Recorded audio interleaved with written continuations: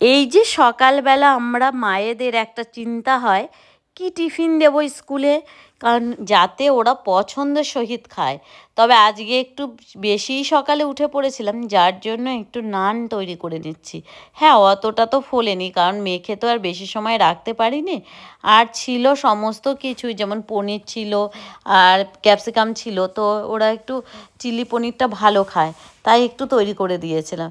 আর সকাল সকাল টিফিনটা হয়ে গেল। আর বাড়ির থেকে নিয়ে নিতে চাইছিলাম মাছ, কিন্তু মাছটা না সেই কাঁটা ভর্তি ছিল।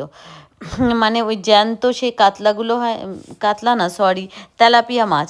আর এই যে বাম মাছটা আমি খাই না, যার জন্য আমি মাছ নিইনি, কারণ রান্নার পরে অর্ধেক মাছ আমাকে খেতে হবে, যার জন্য আমি নিইনি। আর তাড়াতাড়ি আজকে আমি টিফিনটা করে নিচ্ছি এই কারণে, গতকাল ছিল আমার উপোস, ভীষণ খিদে পেয়েছে।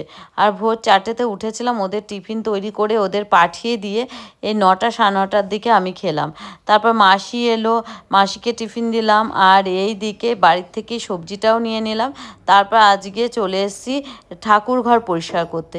ঠাকুর ঘরটা তো পুছতেই হয়, মাসি ওদিকে বাসন ধুচ্ছে আর আমি এদিকে সুন্দর করে সাফাই করে নিচ্ছি। আর একটুখানি মানে একটু শ্যাম্পু জল দিয়ে একটু মাঝে মাঝে একটু পরিষ্কার করে নিলে উপরটা বেশ চকচকেই থাকে।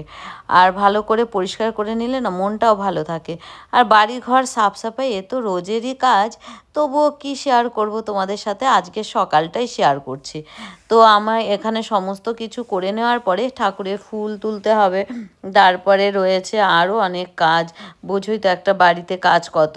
তারপর আজকে যেহেতু একটু হাতে সময় ছিল, যার জন্য চলে এসেছি আবার এই যে বেডরুম পরিষ্কার করতে। ফ্যানটা ক্লিন করে নিয়েছি, আর সমস্তটা না তোমাদের শেয়ার করতে পারি না, কেন বলো তো, ওই আমার মানে ট্রাইপডটা না খুব ঢিলা হয়ে গেছে, মানে জানি না কি হয়েছে, মানে ফোন পড়ে যায়, যার জন্য ফোনটা যদি আইফোন আবার পড়ে যায় তাহলে তো হয়ে গেল আমার।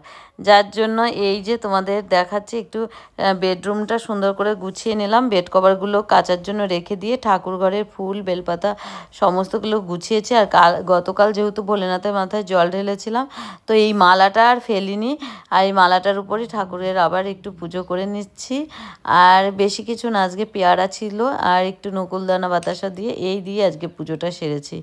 আর তারপরে চলে এসেছি খেতে। আজকে তারপরে কিছুই করিনি জানো তো, ওল ভাজা আর আলু সিদ্ধ উচ্ছে সিদ্ধ করেছিলাম, আর ওদের জন্য ছিল ওই পনিরটা ছিল, তাই দিয়ে খেয়েছি। আর ওল ভাজা দিয়ে দারুণ খেতে।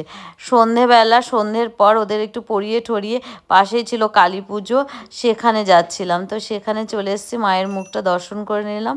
আর যেহেতু দুটো পুজো ছিল, তো দিনের বেলায় একটা পুজো হয়েছে, এখন আবার আর একটা পুজো হচ্ছে, তো বুঝতেই পারছো সারাদিন পুজো চলছে। কিন্তু আমার সেই আগে আর আসতে পারিনি, এখনই এলাম।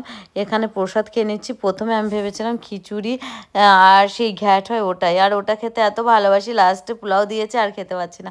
আজকের মতো আসি।